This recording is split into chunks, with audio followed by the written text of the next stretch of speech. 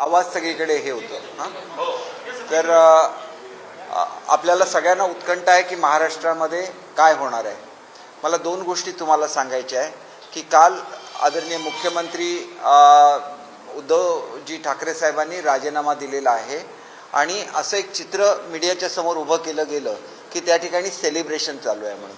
असं कुठलंही सेलिब्रेशन माझ्याबरोबर जे आमदार आहेत, शिंदे साहेबांचा जो पूर्ण एक त्यांना समर्थन देणारे जवळजवळ 80% आमदार जे आज या ठिकाणी उपस्थित आहेत, त्यांच्यापैकी कोणीही सेलिब्रेशन केलेलं नाही.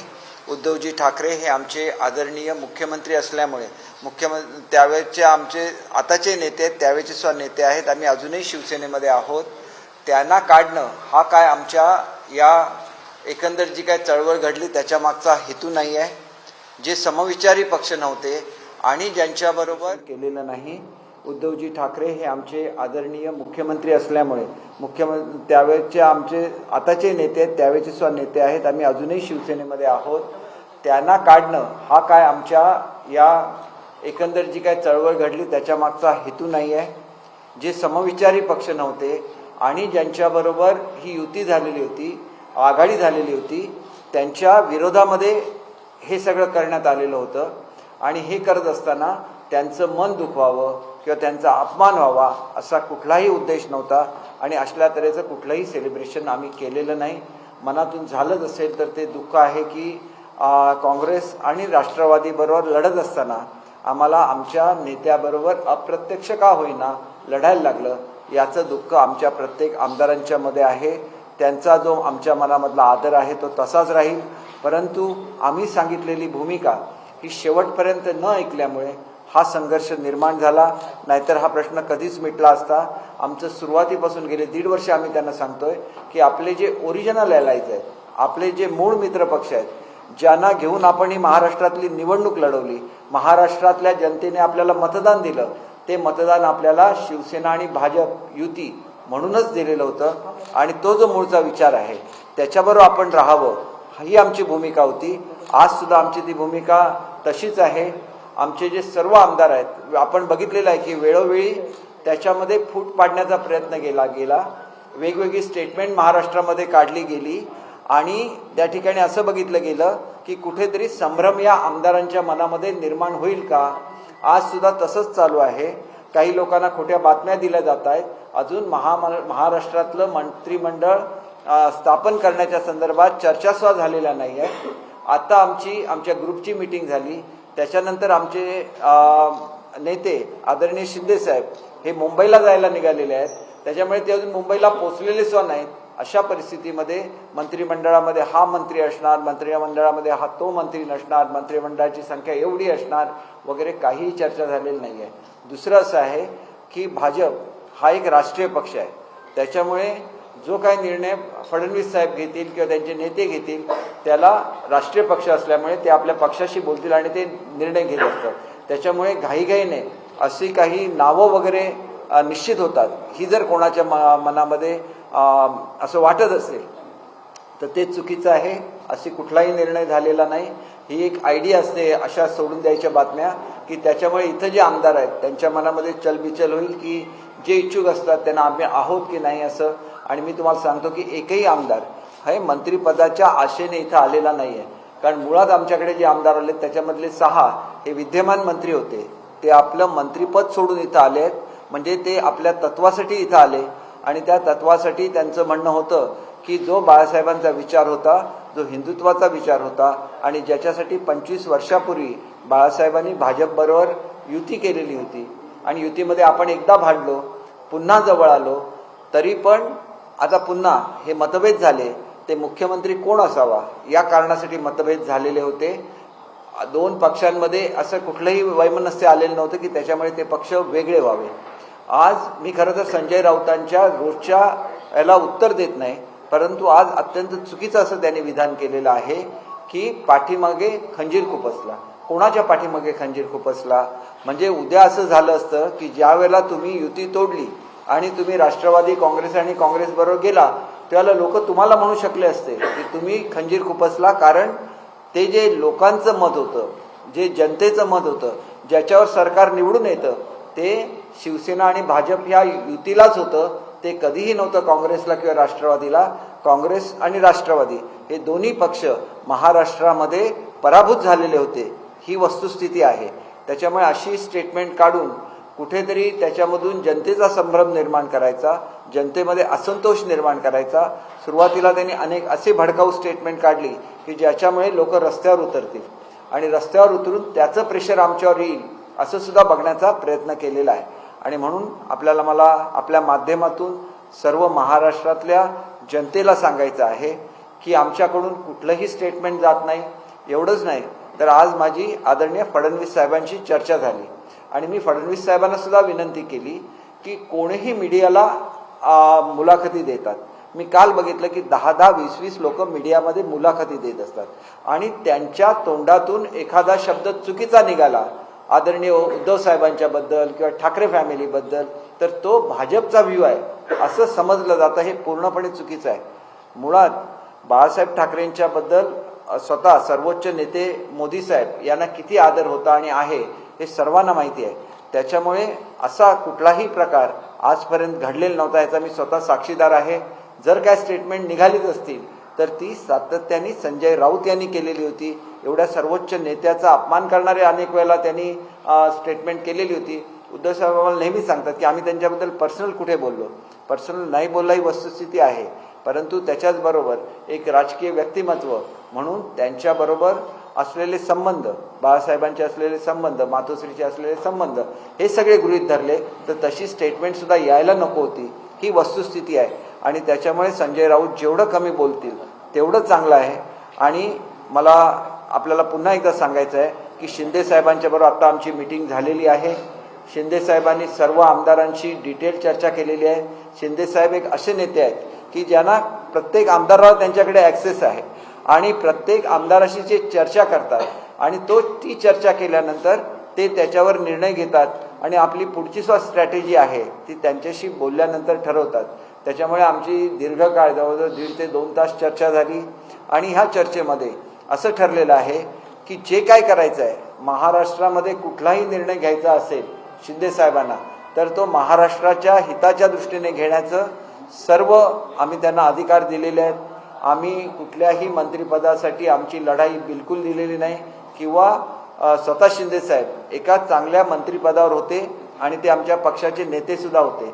अशा परिस्थितीत त्यांनी सुद्धा जे पद सोडलेलं आहे, हे जो शिवसेनेला त्रास देण्यात आला होता, शिवसेना पक्ष नाहीसा करण्याचा जो प्रयत्न महाराष्ट्रामध्ये झालेला होता, शिवसेना ही महाराष्ट्राची अस्मिता आहे, ते मराठी माणसाचं आश्रयस्थान आहे आणि असा पक्ष संपवण्याचं काम जर काँग्रेस आणि राष्ट्रवादी करत असेल, प्रत्येकाच्या मतदारसंघामध्ये जिथं आमचे आमदार आहेत तिथं त्यांचे महाराष्ट्राचे अध्यक्ष जाऊन आपला उमेदवार जाहीर करायचे आणि हा पुढचा तुमचा आमदार आहे असं तिथं सांगितलं जायचं. अनेक आमचे खासदार आहेत, त्यांच्या मतदारसंघामधून त्यांचा 2 नंबरचा पराभूत झालेला उमेदवार आहे त्याला ताकद देण्याचं काम चालू होतं. आणि अशा परिस्थितीमध्ये ज्या वेळेला पक्षाच्या अस्तित्वाचा प्रश्न येतो त्यावेळेला सर्वप्रथम आपण कोणाकडे जातो तर आपण कुटुंबाच्या प्रमुखाकडे जातो. त्याप्रमाणे प्रत्येकजण याच्यातला जाऊन आपली व्यथा त्यांनी पक्षप्रमुख उद्धव साहेबांच्याकडे मांडलेली आहे. ह्याला एवढा उशीर झाला हे सगळं करायला की नंतर ही सगळं राज्यसभेची निवडणूक झाली. राज्यसभेमध्ये आम्हाला जे वोटर्स NCPने दिलेले होते त्यांनी आम्हाला मतदान केलं नाही हे स्वतः राऊत साहेबांनी त्या ठिकाणी प्रेस कॉन्फरन्स करून जाहीर केलेलं होतं.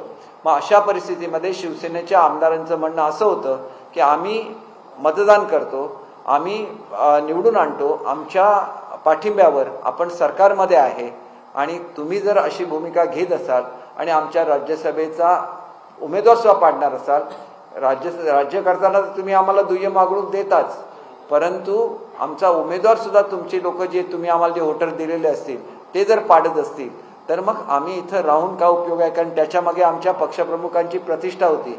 त्यांनी म्हटलं होतं की एक सर्वसामान्य शिवसैनिकाला मी राज्यसभेवर पाठवेन आणि त्यांचा जो हा शब्द होता हा खोटं पाडण्यामध्ये आपल्या जर सहयोगी पक्षाचा त्याच्यामध्ये वाटा असेल तर मग त्या ठिकाणी त्यांनी त्याच्यावर ताबडतोब ॲक्शन घ्यायला पाहिजे होती. त्यांनी त्यांच्याशी बोलायला पाहिजे होतं. काय झालं हे आमदारांच्या समोर यायला पाहिजे होतं. त्याच्यामुळे पुढे जी विधान परिषदेची निवडणूक झाली त्याच्यामध्ये मोठ्या प्रमाणात बंडखोरी झाली आणि ती विधान परिषदेची निवडणूक संपल्याबरोबर तातडीने सर्व आमदार बाहेर निघून गेले आणि जी परिस्थिती उत्पन्न झाली त्या परिस्थितीला मी स्वतः तिथं मुंबईमध्ये होतो, मी उद्धव साहेबांच्या बरोबर होतो, मी वर्षावर उपस्थित होतो आणि अशा परिस्थितीमध्ये सुद्धा बऱ्याच वेळेला कार्यकर्ते काय करतात हे मी तुम्हाला उदाहरण दिलं. त्याच्यामध्ये माझ्यासारखा एखादा जो कार्यकर्ता ज्येष्ठ असेल ज्यांनी काहीतरी शिवसेनेसाठी केलेलं आहे आणि मी माझा पक्ष सोडून या ठिकाणी आलो, त्याच्या मागे सुद्धा गाड्या लावण्यात आल्या, कार्यकर्त्यांकडून त्याला घेरण्यात आला. त्यावेळेला मी काय असाच निघून गेलेलो नव्हतो, मी जाहीर प्रेस कॉन्फरन्स घेतली आणि निघून गेलो. त्याच्यामुळे आज सुद्धा मी सांगतो की कार्यकर्त्यांना असं करण्यापासून रोखलं पाहिजे. मग तो शिवसेना असेल किंवा आमचा मित्रपक्ष असेल, कार्यकर्त्यांकडून एखादी केलेली कृती हे दुसऱ्याचं मन दुखवू शकतं आणि त्याच्यामुळे ती लोक आपल्यापासून दूर जाऊ शकतात. तर ही काळजी महाराष्ट्रामध्ये घेतली जावी. जे सर्व शिवसैनिक महाराष्ट्रामध्ये आहेत, अनेक लोकांचे मला फोन येतात आणि त्या लोकांना मला अत्यंत नम्रपणे सांगायचं आहे की शिवसेनेमध्ये कोणाचाही ठाकरे कुटुंबियांना विरोध नाही आणि आमचा जो पक्ष आहे हा असेंब्लीमधला आमचा पक्ष आहे आणि तो वैधानिक पक्ष आहे. हे जे विधिमंडळ आहे हा विधिमंडळ पक्ष आहे आणि ह्या विधिमंडळ पक्षाला मान्यता आहे. 55 लोक त्याचे सदस्य आहे. त्यातल्या 14 लोकांच्या सह्यानी किंवा 15 लोकांच्या सह्यानी आमच्या विधिमंडळ पक्षाचे नेते शिंदे साहेब यांना काढण्याचा प्रयत्न झाला आणि त्यावेळेला सुद्धा आम्ही सांगत होतो की तुम्हाला जी काय ॲक्शन घ्यायची, तुम्ही आज म्हणता की तुम्ही नार्वेकर साहेबांना त्यांच्याशी बोलणी करायला पाठवणार किंवा फाटक साहेबांना पाठवणार, मग हे जर तुम्ही पाठवणार असाल तर अगोदर त्यांना त्या पदावरून काढू नका. ही आमची भूमिका असताना सुद्धा त्यांना त्या पदावरून काढण्यात आले आणि त्याच्यामुळे हे सगळं प्रकरण चिघळलेलं आहे. स्वतः आम्ही बोलत असताना मी एकट्याच्या वतीने बोलत नाही, मी शिंदे साहेब आणि आमचे जे 50 आमदार या ठिकाणी आहेत त्यांच्या वतीने बोलतो. त्यावेळेला मला आपल्याला एवढंच सांगायचं आहे की अगदी 2 दिवस अगोदरपर्यंत आम्ही उद्धव साहेबांना खुली ऑफर दिली होती. मी खुलं पत्र लिहिलेलं होतं, मी वेगवेगळ्या मीडियाच्या माध्यमातून आवाहन केलं होतं, अजून सुद्धा तुम्ही महाविकास आघाडीबरोबरची साथ सोडा, आम्ही सर्वजण आपल्याशी बोलायला येतो. परंतु शेवटपर्यंत महाविकास आघाडीची साथ होती, ती सोडली नाही. ती सोडली कधी? आज तर सोडलेली नाही आहे. सुप्रीम कोर्टामध्ये गेल्यानंतर सुप्रीम कोर्टाचा ज्यावेळेला निकाल विरोधात लागला त्यावेळेला हे घडलेलं आहे. त्याच्यामुळे कोणीही उद्धव साहेबांच्या विरोधात गेलं, त्यांच्या विरोधात कोणी बंडखोरी केली असं बिलकुल घडलेलं नाही आहे. आणि त्याच्यामुळे तुमच्या भावना ज्या तुम्ही मला टेलिफोनद्वारे कळवता, तर मी तुम्हाला सांगतो की जेवढा आदर, जेवढा विश्वास आणि प्रेम हे उद्धव साहेबांच्या बद्दल पूर्वी आम्हाला होतं, आमच्यातल्या प्रत्येक आमदारांना ते आहे. आमचा मुद्दा हा तत्वाचा आहे आणि हे करत असताना आम्ही शेवटची मुदत दिलेली होती आणि ती मुदत दिल्यानंतर आम्ही आमचे पुढचे निर्णय घेतलेले आहेत. आणि त्याच्यानंतर तुम्ही एखाद्या मोठ्या पक्षाला ज्यावेळेला शब्द देता त्यावेळेला त्याच्यामधून माघार घेता येत नाही. आम्ही जर माघार घेतली असती तर शिंदे साहेबांना ज्याप्रमाणे एक वचनी त्यांना ओळखलं जातं, ते तुम्हाला माहिती आहे की आनंद दिघेंचे मानसपुत्र ते आहेत आणि त्याच्यामुळे ते एकदा शब्द दिल्यानंतर जसा फिरवत नाही, तर त्यांनी मग आम्ही एकदा त्यांना सांगितलं की हा शेवटचा दिवस, तुम्ही शब्द द्या, त्याच्यानंतर त्यांनी तो फिरवावा. हे शक्य नव्हतं आणि म्हणून याच्यामध्ये कोणीही वाईट वाटून घेऊ नये. शिवसेना पक्ष आहे तसा आहे. शिवसेना पक्षावर कोणीही दावा केलेला नाही. विधिमंडळ पक्ष वेगळा असतो आणि शिवसेना पक्ष ही राजकीय पक्ष आहे ज्याची मान्यता हे इलेक्शन कमिशन देते. आणि त्याच्यामुळे हा जो वाद आहे हा तत्वाचा वाद आहे. तो संपवत असताना आता जी युती झालेली आहे, महाराष्ट्राच्या जनतेने ज्यांना निवडून दिलेलं आहे त्यांचीच युती झालेली आहे. त्याच्यामध्ये पाठीत खंजीर खुपसण्याची भाषा ही संजय राऊत यांनी करू नये अशी मी त्यांना नम्र विनंती करतो. आणि पाठीत जर खंजीर कोणी खुपसला असेल तर तुमच्यासारख्या लोकांनी चुकीचा सल्ला देऊन, तुम्ही स्वतः शिवसेनेमध्ये आहे परंतु तुम्ही निम्म काम राष्ट्रवादीचं करत असता, त्यावेळेला तुम्ही जनतेच्या पाठीत खंजीर खुपसलेला आहे. आम्ही जनतेकडे भाजप आणि शिवसेना युती म्हणूनच गेलेलो होतो आणि आज सुद्धा आम्ही त्याच भूमिकेशी आलेलो आहोत. त्याच्यामुळे आम्ही जनतेला फसवलेलं नाही. निवडून देणारी जनता असते, निवडून देणारा पक्ष नसतो. आणि त्या जनतेच्या आकांक्षांचं ज्याला तुम्ही प्रतिनिधित्व करता त्यावेळेला त्या राज्याचा विकास करण्याची जबाबदारी सुद्धा ही तुमच्यावर असते. आज परिस्थिती महाराष्ट्रामध्ये अशी आहे की सकाळी 9 वाजता उठून एक प्रेस कॉन्फरन्स घ्यायची संजय राऊतनी, केंद्रावर टीका करायची आणि केंद्र आणि राज्यामध्ये वाद लावून द्यायचा. याच्या पलीकडे काही घडत नाही आहे. आणि म्हणून आपल्या माध्यमातून मी सांगतो महाराष्ट्राच्या जनतेला की महाराष्ट्राच्या जनतेचं हित व्हायचं असेल, महाराष्ट्राची प्रगती व्हायची असेल तर केंद्र शासन आणि राज्य शासन याच्यामध्ये किमान चांगले संबंध असायला लागतील आणि ही आमची भूमिका आहे आणि ही भूमिका घेऊन आम्हाला पुढे जायचं आहे. आणि त्याच्यामुळे शिंदेसाहेब गेलेत ते कुठेतरी मंत्रिपदाच्या वाटपामध्ये खूप मोठा वाटा घ्यायला गेले किंवा असं बिलकुल नाही आहे. ते गेलेत ते महाराष्ट्राचा विकास कसा होईल आणि विकास होण्याच्या दृष्टीने आपल्याला काय काय करता येईल या दृष्टीने ते चर्चा करतील आणि जो काही निर्णय दोन्ही पक्ष मिळून घेतील त्याच्यावर आम्ही सर्वजण शिंदे साहेबांच्या बरोबर असणार आहे.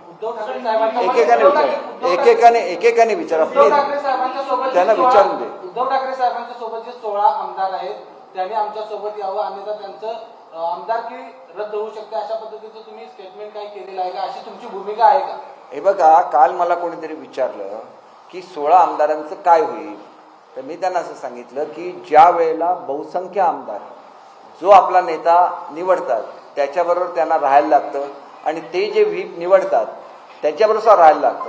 आम्ही ज्यावेळेला विधिमंडळ पक्षामध्ये आमचा पक्ष रजिस्टर केला त्यावेळेला आम्ही आमच्या आमदारांच्या सह्या दिलेल्या आहेत की आम्ही यांची एकमताने निवड केलेली आहे. त्यानंतर 16 आमदार आपला निर्णय बदलू शकत नाही. त्याच्यामुळे जो बहुसंख्य गट आहे त्यांनी काढलेला व्हीप हा त्यांच्यावर सुद्धा बंधनकारक होईल. आम्ही काय त्यांना असं सांगणार नाही की आमच्याबरोबर चला, अमुक ठिकाणी चला, असं नाही. विधिमंडळामध्ये ज्या वेळेला निर्णय होत असतात आणि आपल्याला दुसरं सुद्धा सांगायचं आहे की जो अँटी डिफेक्शन लॉ आहे तो तुम्ही फ्लोर ऑफ द हाऊसवर काय कृती करता याच्यावर असतो आणि त्याच्यामुळे त्यांना काय बंधन नसतं की जर तो तिथं व्हीप असतो त्या व्हीपने सांगितलं की तुम्ही हजर राहिलं पाहिजे तर तुम्ही हजर राहिलं पाहिजे, तुम्ही मतदान केलं पाहिजे तर तुम्ही मतदान केलं पाहिजे, पण on the floor of the house कायद्यामध्ये स्पष्ट म्हटलेलं आहे on the floor of the house. आणि त्याच्यामुळे आणि दुसरं जे काही दिशाभूल जनतेची केली जाते की पक्षाची घटना ही बंधनकारक आहे. अनेक कोर्टांचे निर्णय असे आहेत की राज्याची घटना आहे, देशाची जी घटना आहे तीच अंतिम आहे, त्याला कोणी सुपरसीड करू शकत नाही. एखाद्या पक्षाची घटना, एखादा ऍक्ट असेल आणि त्या ऍक्टमध्ये काही लिहिलं असेल तर त्याला सुपरसीड करू शकत नाही पक्षाची घटना, कारण पक्षाची घटना ही पक्ष ठरवतो आणि लेजिस्लेटिव्ह असेंब्ली हे ऍक्ट ह्याच्यामध्ये करते आणि आपली रिटर्न कॉन्स्टिट्यूशन आहे, त्याच्यामुळे त्याच्या पलीकडे कोणी जाऊ शकत नाही. आमची कायदेशीर बाजू आहे.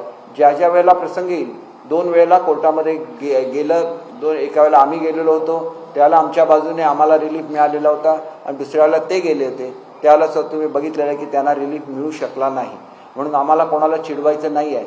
आम्हाला महाराष्ट्राच्या जनतेची सेवा करायची आहे आणि हे सेवा करत असताना बाळासाहेबांनी जो ज्याच्यावर विचार दिलेला आहे महाराष्ट्राच्या प्रेमाचा आणि महाराष्ट्राच्या विकासाचा, तो विचार पुढे घेऊन आम्हाला जायचा आहे आणि इथे असलेल्या मराठी जनतेसाठी चांगलं असं काम करून दाखवायचं आहे आणि ते काम येणारं नवीन सरकार करून दाखवेल याची मला खात्री आहे. संजय राऊत यांच्या आपण बोलला आता त्यांना बोलू दे प्लीज. संजय राऊत यांच्या आपण बोलला प्लीज त्यांना बोलू दे. संजय राऊत यांच्या वक्तव्याबद्दल तुम्ही बोललात, मात्र काल उद्धव ठाकरे यांनी देखील म्हणलं माझ्याच माणसाने मला दगा दिला.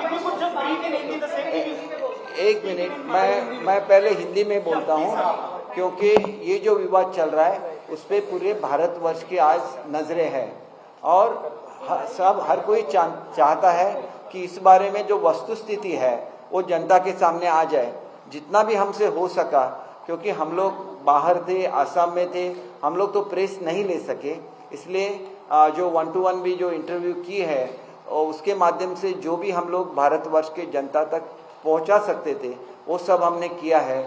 लेकिन हमारी इसके बारे में जो भूमिका है वो स्पष्ट है. वो भूमिका ऐसी है कि हम लोग चाहते थे कि जो भारतवर्ष महाराष्ट्र की जनता ने जो वर्डिक्ट दिया है वो वर्डिक्ट दिया था शिवसेना और बीजेपी को इकट्ठा रहने का और उनके लिए ही वोटिंग दिया गया था. तो अगर उसका वोटिंग था तो उसे ऑनर करना था, उसका तो वो ऑनर नहीं किया गया. एक अलग से गठ बन गया जिसको महाविकास आघाड़ी बोलते हैं. तो ये जो कांग्रेस और राष्ट्रवादी कांग्रेस है उनको जनता ने डिफीट किया था, वो पराभूत हुए थे और उसके बावजूद वो सत्ता में आ गए.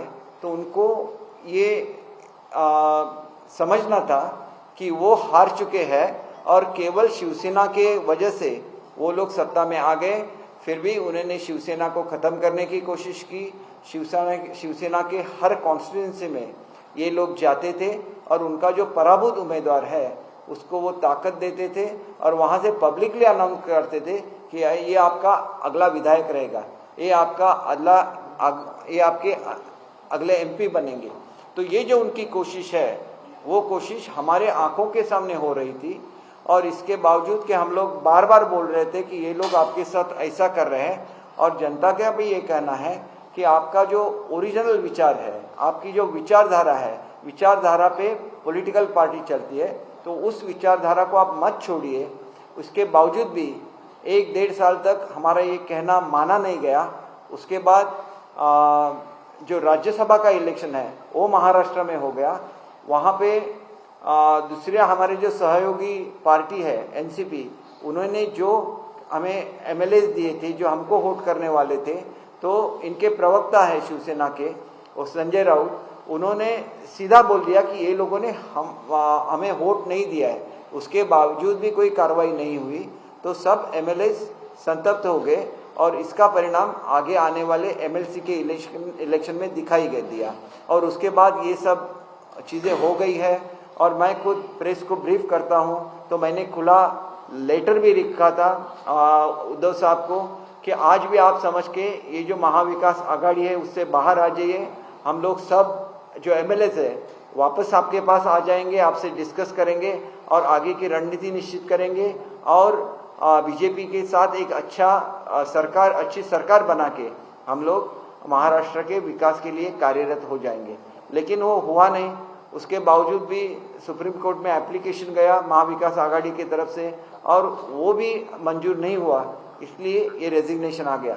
और रेजिग्नेशन तो उद्धव साहब इतने सेंसिटिव है कि पहले उन्होंने हमारे बारे में एक हमको वीडियो निकाल के उनका भेजा था, और उन्होंने अपील की थी यूट्यूब पे हमें, कि उन्होंने ऐसा बोला था कि अगर एक भी एमएलए शिवसेना का आके मुझसे इस्तीफा मांगे तो मैं अपना इस्तीफा दे दूंगा। लेकिन एक भी एमएलए मांगने के लिए नहीं गया, क्योंकि हम लोग उनको बहुत चाहते हैं। इसके बावजूद भी जब पवार साहब वापस आ गए, तो उनका वो जो ये था स्टैंड था उसमें चेंज हो गई, और एक लीगल बैटल चालू हो गई महाराष्ट्र में, जिसमें एमएलएज को डिस्क्वालीफाई करने की कोशिश की। बहुत बुरे स्टेटमेंट संजय राउत जी की तरफ से इशू किए गए, जिसमें बहुत बुरी तरह से हमको उसमें उन्होंने संबोधित किया। उसमें हमको सुअर बोला गया, उसमें हमको मरा हुआ आदमी बोला गया, उसमें हमारे पोस्टमार्टम करने की बात की गई, हमारे फैमिलीज के बारे में बहुत गलत शब्द यूज़ किए गए। तो ये सब होने के बावजूद अगर कोई एक्सपेक्ट करता है कि ये जो एमएलएज है जिनका दिल आपने दुखाया है वो वापस आपके पास आए और आपके पास डिस्कस करे, तो इसके लिए कोई तैयार नहीं था। क्योंकि आज भी यही जो संजय राउत जी है आज भी स्टेटमेंट निकाल रहे हैं। आज उन्होंने स्टेटमेंट निकाला है कि आपने हमारे पीठ में खंजीर को ये किया है। तो इसका मतलब क्या है कि हमने बिट्रे किया। हमने बिट्रे किया है क्या? हम लोग जनता के सामने गए थे और सेना भाजपा इकट्ठा गए थे, और जनता ने जो मत दिया है वो भी सेना बीजेपी को दिया है, ना कि कांग्रेस और एनसीपी को दिया है। तो खंजीर किसके पीठ में ये किया है वो तो जनता जानती है। तो राउत जी ये तो ऐसी बात हो गई कि आप कुछ करो और उसको उल्टा हमें ही बोलो। तो उल्टा चोर कोतवाल को डांटे, ऐसे ही कहावत है।